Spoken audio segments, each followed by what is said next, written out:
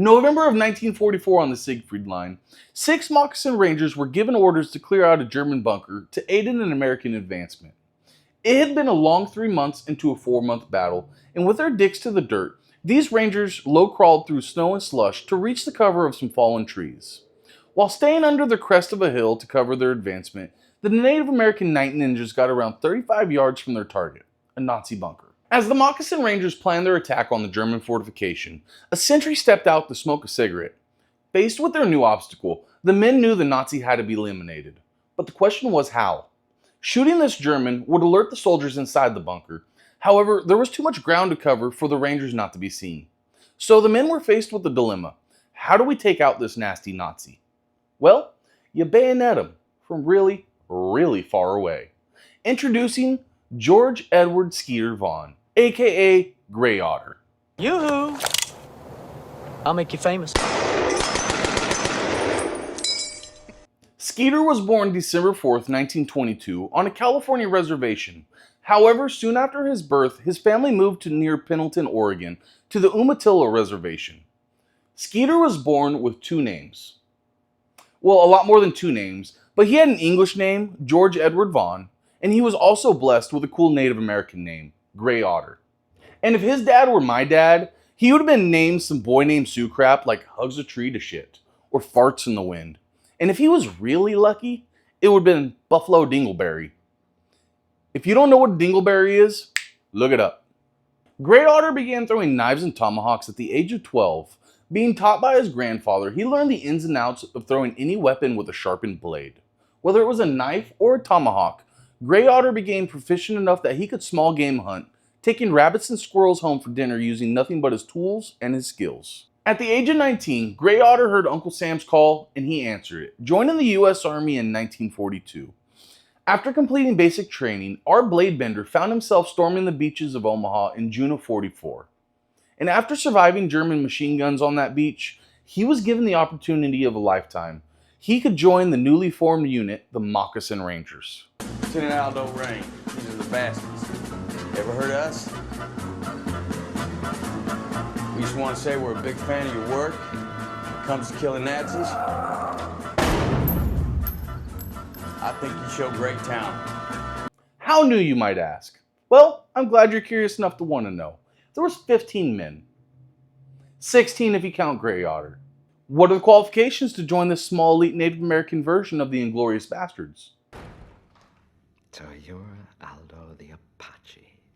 Well, those are big brain questions, and I love them, you beautiful bastards. Keep them coming.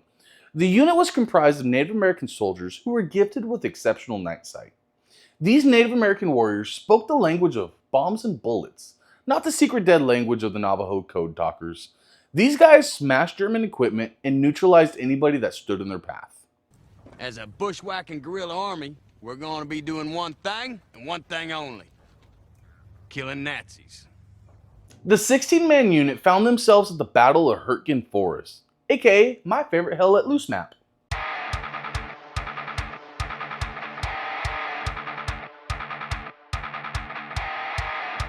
Lasting 88 days from September 19th to December 16th, 1944, the Battle of Hurtgen Forest is the second longest battle the U.S. has ever fought, second only to the Battle of Bataan, which lasted 92 days. The Hurtgen Forest straddled the Siegfried Line.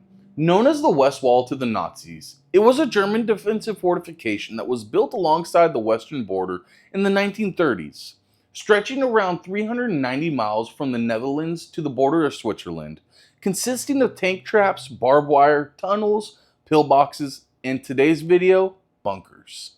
This was Germany's first line of defense against a Western Allied invasion. And in November of '44, the Moccasin Rangers found themselves on the Siegfried Line with new orders. Take out a Nazi bunker to soften the German lines for an American advance. So the unit did what they did best. They went to work, silently making their way through the snow to take out the bunker. Bracing through the icy chill of a German night, the men low-crawled closer and closer to their target. Choosing a small group of fallen trees as cover, the men digged to dirt low-crawled just below the crest of a hill in order not to treetop themselves. Reaching the cover of the fallen timber, the men were just about 35 yards from their target, a measly 87 feet. As they got their grenades ready to run and drop into the bunker, their worst fear came true. Walking out of the concrete coffin was a German sentry pulling out a cigarette out of his pack. The men could see his eyes scanning the hillside as the flame touched the tip of his cigarette. The men knew they had to eliminate this man if they wanted any chance of taking the bunker. But the question wasn't should they eliminate him, it was how. If they shot the sentry, then not only would they give up the element of surprise, they'd also give up their position too. These men didn't call the MG42 Hitler's buzzsaw for nothing. Now they're 42.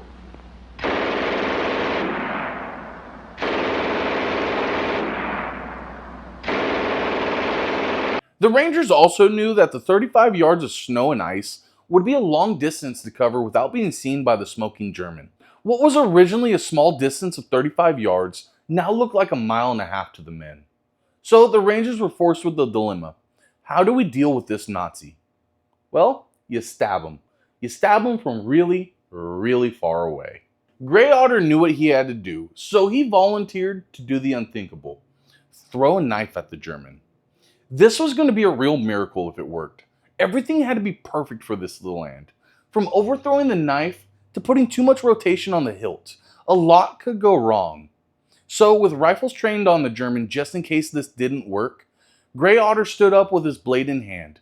Years of his grandfather's words echoed in his head as he steadied himself. Rearing his arm back, he cocked his bladed bullet. With his target in his sight, he catapulted his arm forward, releasing the knife just at the right point. As the blade spun in the air, the men slowly compressed their triggers, expecting the worst. However, whether it be luck, skill, or both, the blade found its mark, burying itself in a German skull, silently dropping the man face first cold in the snow. Without realizing it, Grey Otter had just made the longest knife kill of World War II. I'll take it. Get thrown, knife bitch. Oh! Oh, no way! You got No way! With the Nazi making snow angels, the Moccasin Rangers proceeded to complete their mission, silently creeping up to the German bunker. Like a Comanche night raid in the 1800s, the Nazis never saw the natives coming. Dropping grenades into the German fortification, the Moccasin Rangers really turned the bunker into a concrete coffin. Right. Go, Sarge, go! Right.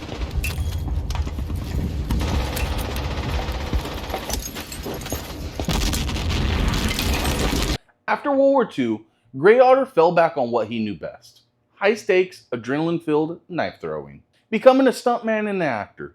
Acting in 16 movies and TV shows, Grey Otter appeared alongside stars like Tom Selleck in Magnum P.I. Guns don't work on Sunday.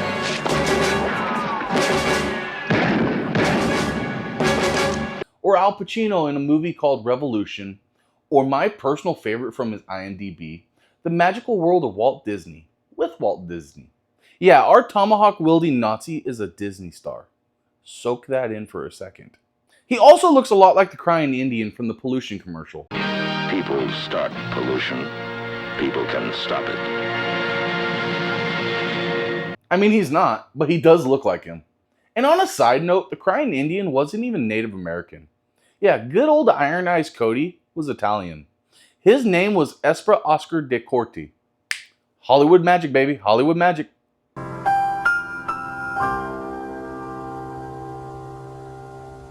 After his retirement from acting, Grey Otter moved to Sequim, Washington, where he passed away from a heart attack on March 8, 1989, at the age of 66.